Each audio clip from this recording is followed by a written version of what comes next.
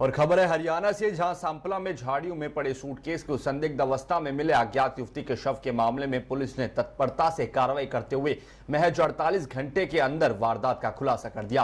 Rohtak police ने संदिग्ध अवस्था में सूटकेस में मिले अज्ञात युवती के शव के मामले में तत्परता से कार्रवाई करते हुए 48 घंटे के अंदर 2 वारदातों को हल करते हुए आरोपी को गिरफ्तार भी कर लिया। पुलिस टीम द्वारा प्रयास करते हुए 12 घंटे के अंदर शव की शिनाख्त की गई। देखिए रोहतक से हमारे सहयोगी सुक्रम पाल की एक खास रिपोर्ट। काले रंग का बैग मिला और जब उसको खोल के देखा तो उसमें एक लेडी की डेड बॉडी मिली जिसपे कोई निशान वगैरह नहीं था, जो कि एक ब्लाइंड मर्डर केस था, जिसकी उस समय तक ये शिनाख्त भी नहीं हो पाई कि ये बॉडी है किसकी। और रोहतक पुलिस ने तुरंत जब ये सूचना मिली तो 8 टीमें बनाई, SIT वगैरह और दूसरी, ताकि इसका जल्द से जल्द ये पता लगाया जा सके कि ये महिला है कौन। क्योंकि ब्लाइंड मर्डर केस था तो पहले सबसे पहले आइडेंटिफाई करना उसको बहुत जरूरी था। तो तुरंत लोगों को, जो भी जान पहचान के थे या और दूसरे लोग थे, उनसे जब ये इनके परिवार वालों ने इसको शनाख्त कर लिया कि ये हिमानी नाम की लड़की है जो कि रोहतक विजयनगर में रहती है, तो उसके बाद सभी SIT टीम्स अपने अपने काम पे लगी। इसमें रोहतक पुलिस ने बहुत मेहनत और इतना व्यस्तता चुनाव के होते हुए इतना जल्दी ये केस ट्रेस आउट किया है, जो कि बहुत सराहना की बात है।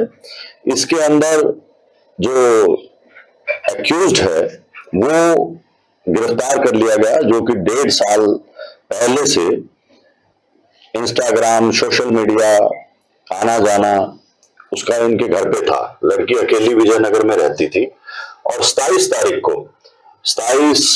फरवरी को ये लड़का उनके घर पे आया और इनकी आपस में कहा सुनी होगी, और इसने ये जो मोबाइल चार्जर की केबल है उससे गला घोट के और उसको वहीं मार दिया।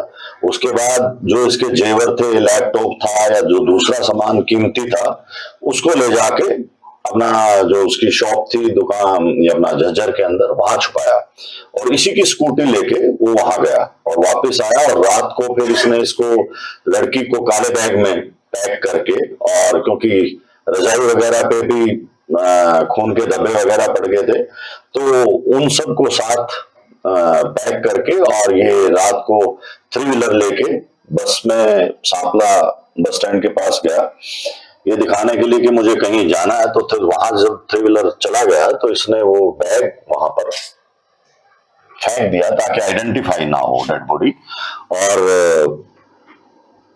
उसके बाद ये वहां से भाग गया। लेकिन पुलिस ने जो इनकी खुफिया रिपोर्ट थी या जो भी इलेक्ट्रॉनिक इंटेलिजेंस से और दूसरे साधनों से, इसको 36 घंटे के अंदर बहुत मेहनत करके इस लड़के को गिरफ्तार भी कर लिया। और आज पुलिस इसका रिमांड ले रही है और भी जो बातें निकलेंगी उसको आपके साथ साझा कर दिया जाएगा। मोटिव क्या था, क्यों मर्डर किया गया, क्या बताया? देखिए, मोटिव ये था कि उनका आपस में यारी दोस्ती थी, आना जाना था। करीब 6-8 महीने से 1.5 साल से सोशल मीडिया पे थे, और उनकी जो कहानी एक्यूज ने बताई है, जो इंसाफ किया है, उसको हम बार बार वेरीफाई कर रहे हैं। लेकिन इनका झगड़ा हुआ है आपस के अंदर, झगड़ा किस बात पे हुआ वो सब चीजें रिमांड के अंदर आएंगी। नाम क्या था सर इसका? सचिन है, ये झज्जर का रहने वाला है। ये इसकी मोबाइल शॉप है, मोबाइल का काम करता है।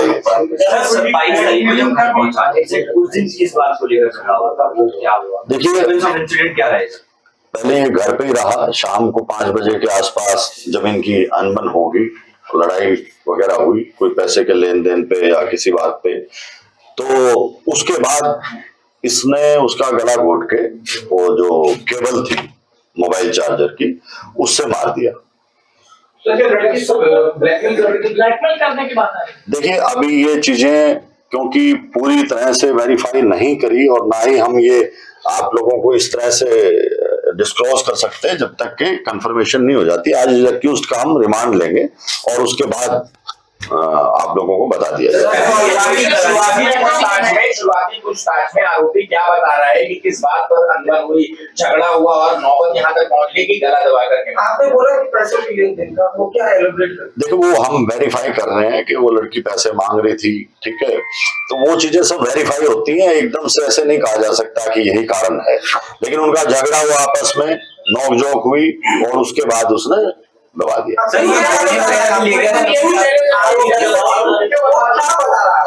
वही यही बता रहा है कि मेरी उसके साथ झगड़ा हो गया, बोलचाल होगी और बोलचाल के अंदर उसने उसका गला दबा दिया।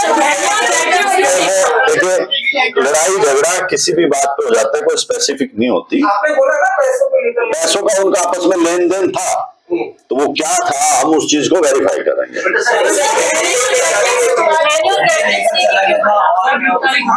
देखिए इससे इंटेंशन पता लगता है लड़के की कि डेथ करने के बाद जो उसके जेवर थे, लैपटॉप था, वो वहां से लेके निकल गया था और उसके बाद उसने ये देखा कि भाई किस तरह से बॉडी को ठिकाने लगाया जाए ताकि किसी को पता ना लगे। तो वो सब एक दूसरे से लिंक्ड और सर्कमस्टेंशियल एविडेंस हैं और वो खुद भी मान गया इस बात को।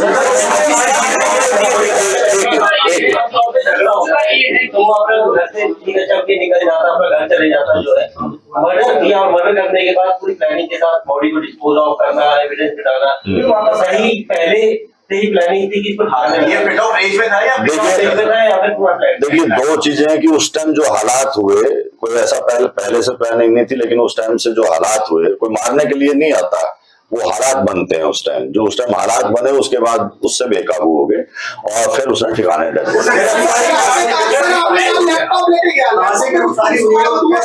वो सब चीजें टाइम, अभी इन्वेस्टिगेशन एकदम से नहीं होती सब चीजें।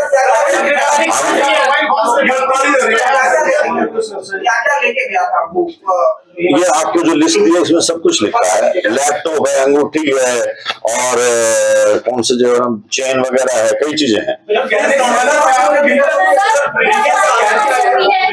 उसके घर से चुनाव चल रही है, जगह जगह नाके लगे हुए हैं, सूटकेस में रेड हो रही थी, क्या कहीं भी